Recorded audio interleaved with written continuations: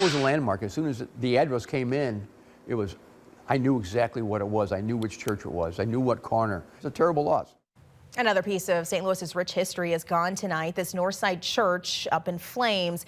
Now we're learning more about its past and what caused some of its troubled present. St. Augustine Roman Catholic Church sits off of Herbert and Lismore Street in North St. Louis. And tonight the city's fire chief tells First Alert 4 this is now the third fire there in just the past year. The last one was in January. Nathan Vickers standing by here outside that church. Nathan, what else have you learned about that property today and its history as well as what's to come? Well, this is an absolutely massive building. It's 150 years old and it's very beautiful. If you look back behind me, you can see some of this stained glass up there. That's from Emil Frey, which is a local stained glass company. At its peak, this church used to host crowds of up to 1,000 people, but like so many buildings in St. Louis before it, it'll likely have to be torn down. Its bells haven't rung out in decades. It's a tragedy. Chris Nafziger, a local blogger, has been documenting the decay at what used to be the St. Augustine Church in North St. Louis. When these churches are gone, something special about St. Louis neighborhoods are gone forever. He's one of several people who's been stopping by to take photos or see the damage for themselves. It's sad.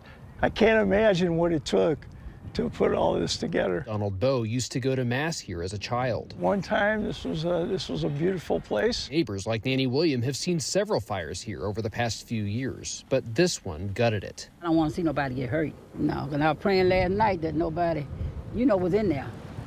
The church deconsecrated the building around 1980. For a time, it served a Baptist congregation. Now it belongs to the city's Land Reutilization Authority, one of thousands of non-residential buildings sitting empty in St. Louis. The LRA couldn't provide information about how many of those were churches like this one. We're losing a lot of very important historic buildings to fire. Andrew Weil with the Landmarks Association of St. Louis says too many historic churches have sat empty as congregations leave the city. Their buildings are difficult to repurpose, but some, like the 9th Street Abbey, have found new life as businesses or event space. The city, I think, needs to be doing more to secure these buildings, to prevent the loss of this important cultural heritage and protect our firemen from having to go into these dangerous situations. He and others are sad to see the city losing so many historic buildings, one by one. There's more churches like this that could go up in flames underneath suspicious circumstances, and we need to be working to prevent this from happening again and again and again. Well, SLDC says they've launched some new programs over the past few months to prioritize buildings that they need to stabilize around the city. However, this building was not one of them. St. Louis Fire says the cause of this fire is still under investigation. And Nathan, as far as getting to that investigation, what about the ATF? Are they investigating this fire at all? Well, the ATF says that they have not been asked to investigate fires at this church or any other recent church fires.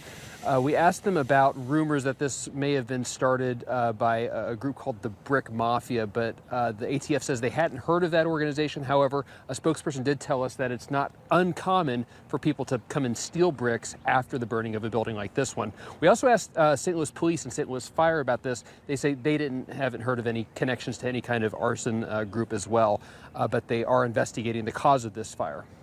All right, Nathan, something we'll continue to follow.